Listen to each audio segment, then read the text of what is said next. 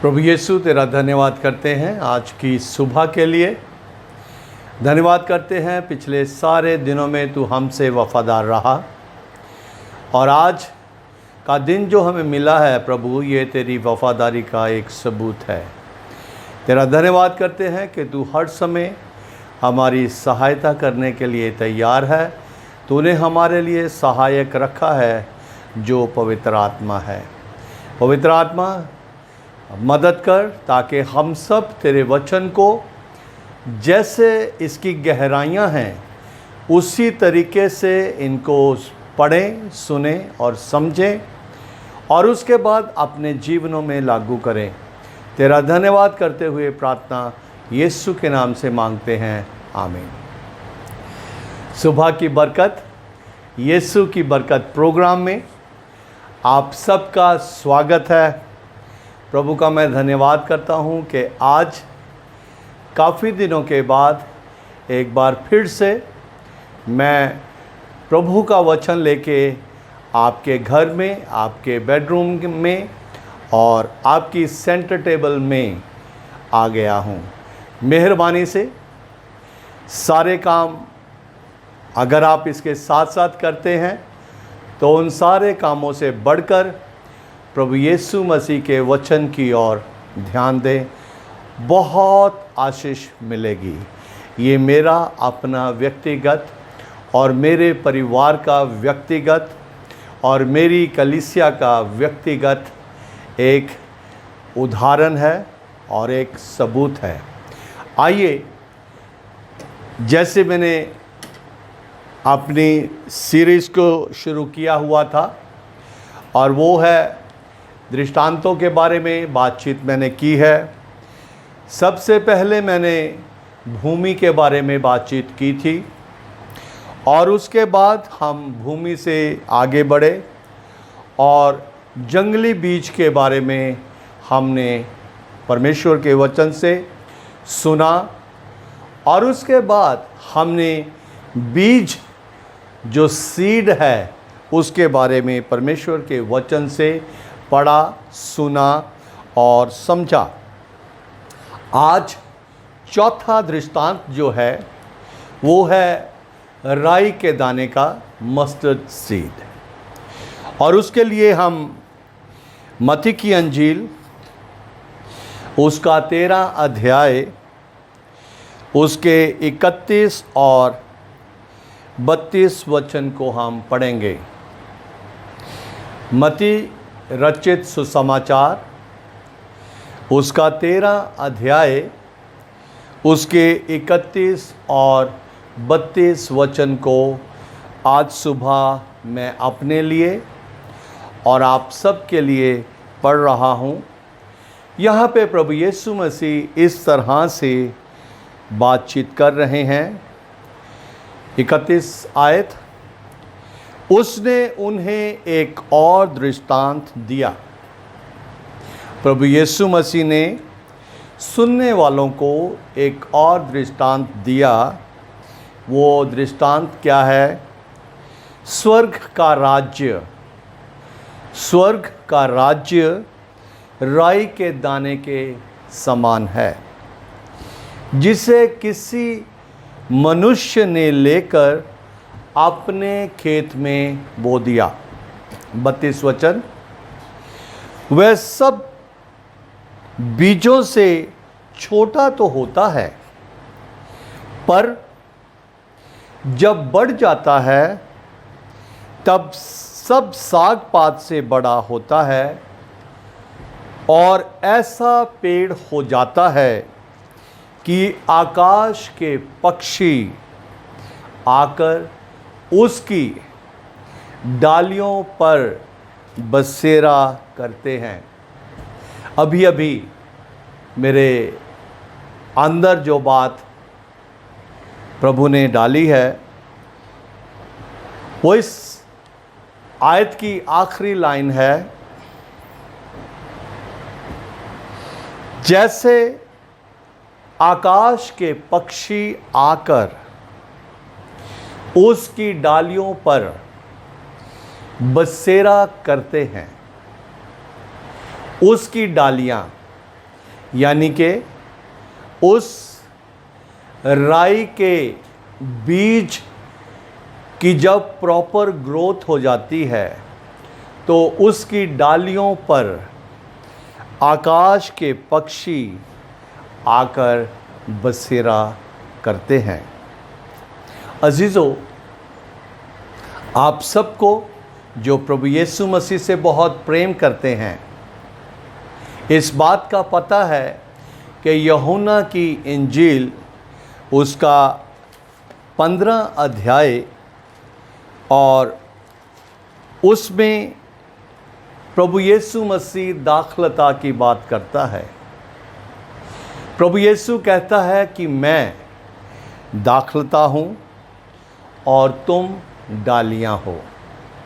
यहाँ मत्ती की इंजील में जो हमने हिस्सा पढ़ा है, राई के बीज का दृष्टांत, यहाँ जो राई का बीज है सबसे छोटा है और वो बीज जो है वो प्रभु यीशु मसीह है। और हम जो प्रभु यीशु मसीह के साथ जुड़ जाते हैं और जैसे उस पेड़ से ताकत प्राप्त करते जाते हैं तो हम जो डालियां हैं ऐसी मजबूत हो जाती हैं कि बहुत से लोगों के लिए एक सहारा बन जाती हैं, बहुत लोगों के लिए मुक्ति का माध्यम बन जाती हैं। मुक्तिदाता प्रभु यीशु है और हम केवल माध्यम बनते हैं। आइए हम 31 वचन के और चलें। स्वर्ग का राज्य एक पृथ्वी का राज्य है और एक स्वर्ग का राज्य है। प्रभु यीशु मसीह बहुत ही ज़्यादा सफाई से हम लोगों को ये सिखाते हैं ताकि हम किसी भी तरीके से किसी बात को मिस ना कर दें। परमेश्वर की बनाई हुई किसी भी चीज़ को हम हल्का ना समझें। परमेश्वर के द्वारा क्रिएटेड हर एक चीज़ बहुत ही ज़्यादा महत्वपूर्ण है। और राई का दाना जो सबसे छोटा होता है उसके बारे में प्रभु यीशु मसीह यहाँ पे मुझसे और आपसे बातचीत कर रहे हैं। जैसे किसी मनुष्य ने लेकर अपने खेत में बो दिया। पहला दृष्टांत जो था वो भूमि का था और आज का दृष्टांत जो है राई के दाने का है। किसी मनुष्य यानी जिस व्यक्ति ने परमेश्वर का वचन सुना, प्रभु यीशु मसीह को ग्रहण किया, अपने दिल में उसको बिठा लिया, अपने जीवन का केंद्र बिंदु यीशु को बना दिया, उस व्यक्ति ने क्या किया कि उस बीज को लेकर खेत में बोया। वो खेत जो है, वो भूमि जो है, ये खुद इंसान है। जब इसमें यीशु का वचन बोया जाता है, जब इसमें यीशु को बोया जाता है, तो फिर उस व्यक्ति की जो स्थिति है वो कैसी है उसके बारे में हम आज ध्यान कर रहे हैं कि उस मनुष्य ने, जैसे प्रकाशित वाक्य 3:20 में लिखा है, देख मैं द्वार पर खड़ा हुआ खटखटाता हूँ, यदि कोई मेरा शब्द सुनकर अपने मन को खोले मैं उसके अंदर आऊँगा। इस व्यक्ति ने उस राई के दाने को अपने जीवन की भूमि में, अपने शरीर की भूमि में, अपने दिल की भूमि में जब उगने दिया, तब क्या हुआ? वो बहुत ही बड़ा पेड़ बन गया, जैसा 32 वचन में लिखा है। ये बीज जो है सब बीजों से छोटा है। ये नाम जो है संसार के सारे नामों से बहुत से थोड़े लोग जो हैं इस नाम को जानते हैं, बहुत थोड़े लोग इस नाम पर विश्वास करते हैं। उसकी खूबियाँ देखें। अभी जैसे मैंने गीत भी गाया कि माता की क्या विशेषता है और उससे बढ़कर यीशु की क्या विशेषता है। और सब बीजों से छोटा तो है, बड़ा एक एक शब्द के ऊपर अगर आप मनन करना चाहें तो बहुत देर तक आप इन वचनों के ऊपर, यानी कि उत्पत्ति से लेकर प्रकाशित वाक्य की आखिरी आयत तक अगर हम ध्यान से मनन करें और पवित्र आत्मा को अनुमति दे कि वो हमारी इस वचन को समझने में अगुवाई करे, तो बहुत गहरे भेद हमें इसमें से मिलते हैं। सब बीजों में से छोटा तो है, पर जब बढ़ जाता है, उस मनुष्य ने अपने जीवन में उस छोटे राई के दाने को, जिसका नाम मैं अपने लिए यीशु लेता हूँ, वो यीशु बीज जब एक जीवन में बोया जाता है, जब वो बढ़ जाता है, तो यहाँ लिखा है कि सब साग पात से बड़ा होता है। यानी कि ये बीज जो है, इसमें शरीर के लिए जो कुछ ज़रूरी है, भोजन की ज़रूरत है, वो भोजन आत्मिक प्लस शारीरिक भोजन भी ये बीज जो यीशु है वो मुहैया करता है। और ऐसा बड़ा पेड़ हो जाता है कि आकाश के पक्षी आकर उस पर बसेरा करते हैं। वो व्यक्ति जो यीशु को अपने जीवन में ग्रहण कर लेता है और यीशु लगातार उसके जीवन में बढ़ता है, और एक व्यक्ति के कारण जिसने यीशु को, उस बीज को, राई के बीज को अपने जीवन में ग्रहण किया, उसको उगने दिया, बहुत बड़ी बड़ी संस्थाएं कायम कर लेता है। हालेलुया। बहुत बड़े बड़े समूह यीशु के कारण उसके द्वारा खड़े हो जाते हैं। अजीज़ों, अगर हम इसको और ज़्यादा गहराई से देखना चाहें तो प्रेरितों के कार्य उसका पहला अध्याय उसके 8 वचन को हम देखेंगे कि वहाँ क्या लिखा है। इस बीज की, जिसका जो यीशु है, उसकी विशेषता क्या है, यहाँ 8 वचन में, पहला अध्याय प्रेरितों के काम उसका पहला अध्याय 8 वचन में लिखा है, परंतु जब पवित्र आत्मा तुम पर आएगा तब तुम सामर्थ पाओगे और यरूशलेम और सारे यहूदिया और समरिया में और पृथ्वी के छोर तक मेरे गवाह होंगे। हालेलुया। एक स्टार्टिंग छोटे राई के बीज से हुई है। उन चेलों ने उस बीज को अपने जीवन में ग्रहण किया। उन चेलों ने उस बीज को अपने जीवनों में उगने दिया, बढ़ने दिया। उसके अनुसार बीज को जब जब प्रभु यीशु मसीह ने जिस जिस चीज़ की ज़रूरत थी वो मुहैया किया, वो उनके जीवनों में बढ़ने लगा। और यहाँ ये लिखा है कि दुनिया के छोर तक तुम मेरे गवाह होगे। अजीज़ों, जो व्यक्ति यीशु को ग्रहण करेगा, यीशु को अपने जीवन में फलने देगा, फूलने देगा, वो किसी भी तरह से नीचा नहीं रहेगा। गीत के आखिरी अल्फाज ये थे कि तूने मेरे हाथ को थाम लिया और चट्टान पर खड़ा किया।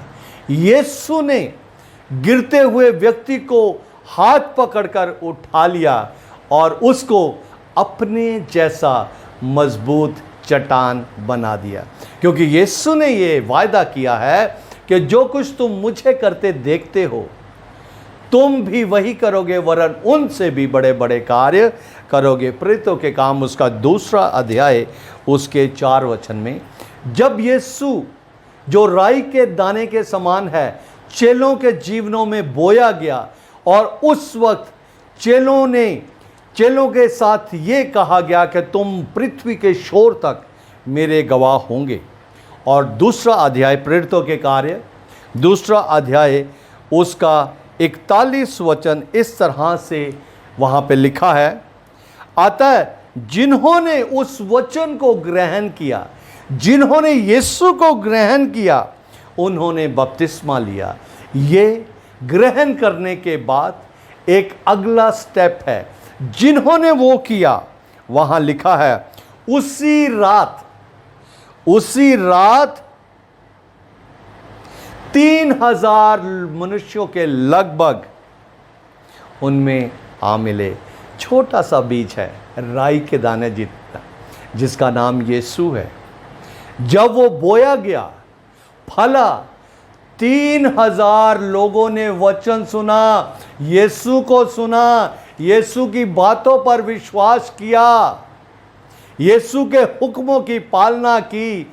3000 लोग जो हैं वो उनमें आ मिले। अजीज़ों, प्रेरितों के कार्य उसका 4 अध्याय और उसके 4 वचन में इस तरह से लिखा है, परंतु वचन के सुनने वालों में से बहुतों ने विश्वास किया। वचन के सुनने वालों को, यीशु को सुनने वालों को, यीशु को सुनने वालों में से बहुतों ने विश्वास किया।